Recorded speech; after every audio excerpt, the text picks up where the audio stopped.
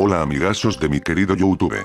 Espero de corazón que antes de escuchar la creepypasta por favor se suscriban a mi canal o me voy a suicidar jajajaja. No es cierto. Sin más, empecemos. Trato de ser serio al escribir mis historias. Prefiero que nadie lea mis historias a menos que yo sepa que les haré pasar un buen rato de entretenimiento con ellas, pero creo que esta historia podría interesarte, o por lo menos, sé que te gustará. Aquí va. Ocurrió de nuevo en el pasillo, en el cuarto de baño. Tranquilamente, sin previo aviso, doblando la punta de la hoja para no perder el hilo de la trama, dejé el libro sobre la mesa y, metiendo los pies en las chinelas, me levanté sobresaltado. Supe que había ocurrido de nuevo, mi corazón me lo advirtió. No podría decir con exactitud cuántas veces se lo advertía a Isabel, pero al fin y al cabo no era su culpa, no podría serlo. Caminé lentamente mientras las chinelas producían el sonido de arrastre que hace uno al caminar despacio. La vela producía sus típicas sombras en la oscuridad. Llegué al pasillo y levanté la vela en alto. En efecto, Isabel lo había olvidado de nuevo. Me acerqué despacio, a cada paso el corazón me latía más deprisa.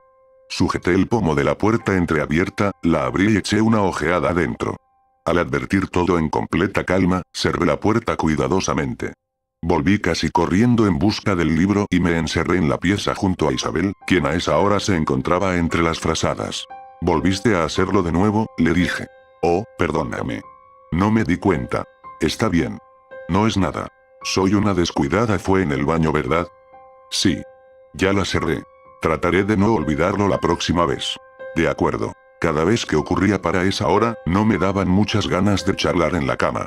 Le di un beso y, soplando la luz del candelabro, me acurruqué y me zambullí en mi mar de pensamientos, esperando no tener ningún mal sueño esa noche. Por las mañanas, después del desayuno, apenas después del alba, siempre me agradaba pasar un tiempo con Isabel ayudándola en algunas labores de la casa antes de partir al campo.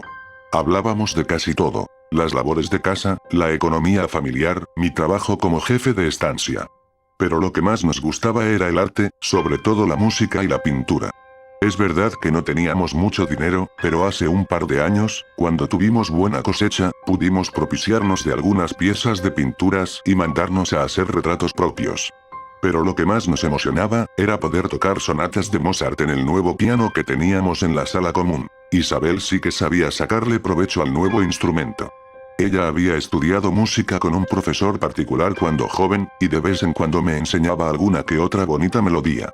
Yo me deleitaba escuchándola tocar todo el día del sábado. Pero en fin, esto no es más que un simple intervalo, algo simple que hacen todos los escritores y narradores de historias, una forma de conocimiento de los personajes, de su papel o no papel en la trama. De esto ya no hace falta hablar más, ¿verdad? Espero que no quisiera comprometer al lector a tener que atar cabos innecesariamente. Era algo que molestaba a muchos cuando debíamos asistir a alguna fiesta familiar o a algún evento social. Era ridículo estar parado o sentado cerca de las puertas, cerrándolas porque algún tonto descuidado había olvidado hacerlo. O incluso, estando con ellos en casi un completo silencio y de repente tener la necesidad de levantaré con rapidez para cerrarla, teniendo que soportar las miradas extrañadas de los demás. A veces hacían bromas, a veces preguntaban con sinceridad, pero ya estaban tan acostumbrados que no le prestaban mayor atención, ya aburridos del tema, y yo me iba liberando de sus miradas, de esas miradas que no comprendían. Muchas veces traté de explicar mi malestar, mi ansiedad, mi terror a ver una puerta apenas abierta. Pero nadie podía siquiera comprenderlo, les parecía completamente ridículo. Isabel estaba preocupada por mí, por mi bienestar, y si hubiese podido, me hubiese traído alguno doctor particular a casa. Pero no teníamos dinero y yo no quería saber más nada del tema, simplemente no quería saber de psicólogos ni el porqué de mi mal, al fin y al cabo podría vivir con ello. Vivir en el campo no fue coincidencia. Es fácil entender que en la ciudad, con tanto bullicio, era imposible poder tener una vida tranquila. Tal vez pude haber sido comerciante, tal vez pude haber tenido un estatus más alto en cuanto a dinero se refiere, pero esas son historias imposibles. La sola idea de no escuchar que la puerta se cerró totalmente, me pone los nervios de punta. Muchas veces pensé en quitarlas de la casa, sacarlas de sus marcos y quemarlas en la chimenea. Pero no lo hice jamás, por el simple hecho de que considero que es mejor estar acostumbrado y aprender a convivir con el miedo, que estar desprevenido y que aparezca con mayor fuerza de sobresalto. Tal vez sea un error, pero temo correr el riesgo. Pero hay una cosa que tienes que entender. No me molestaban las puertas, no me molestaba que las abrieran, me molestaba que quedaran abiertas, que dejaran entrever un cuarto silencioso, oscuro, unas tinieblas que incitaban a la inquietud, al malestar. No podría recordarlo, pero estoy seguro de que esto me sucedía desde mis tiernos años de infancia. Hasta donde puedo recordar, me sucedía desde aquellos años que vivía con mi estricta tía Matilde. Recuerdo cómo me llamaba la atención por esto, siempre decía: ¿podrías dejar esas puertas en paz? Estoy cansada de escuchar esos golpes a cada rato. Yo no tenía mucho apego a mi tía, pero esos retos evitaron que olvidara hasta dónde se extendía mi problema. Tal vez lo tengo desde nacimiento. Por supuesto, en aquellos años era algo incomprensible para mí. Pero poco a poco me di cuenta de que no era algo normal, de que tenía un problema grave. Cuando mi tía murió ya vieja, y yo ya estando casado, se desvaneció el único contacto familiar conocido que tenía.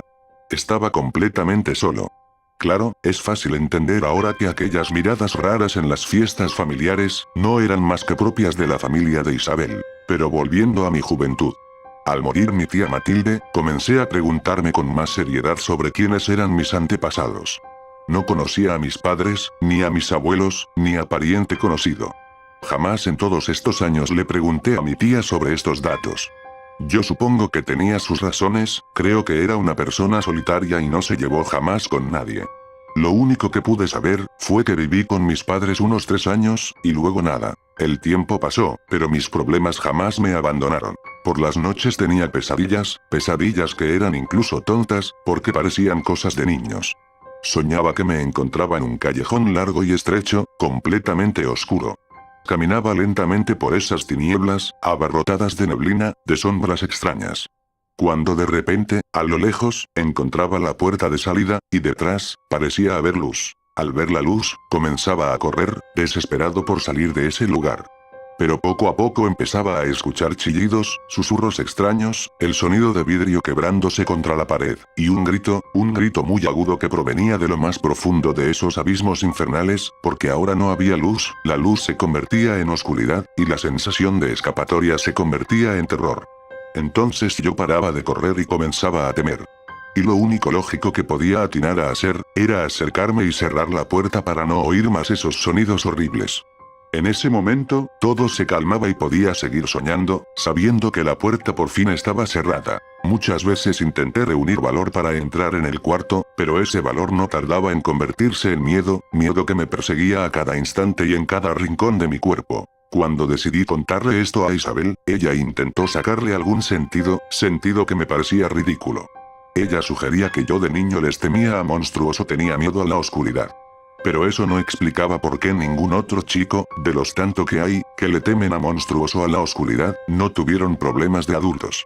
Ella solo decía que yo podría ser un caso especial. Claro que yo le dije que podía tener razón, no quería preocuparla más con esto. Pero yo no estaba seguro tampoco si quería conocer más allá de estas pesadillas. Comencé a preguntarme por mis padres.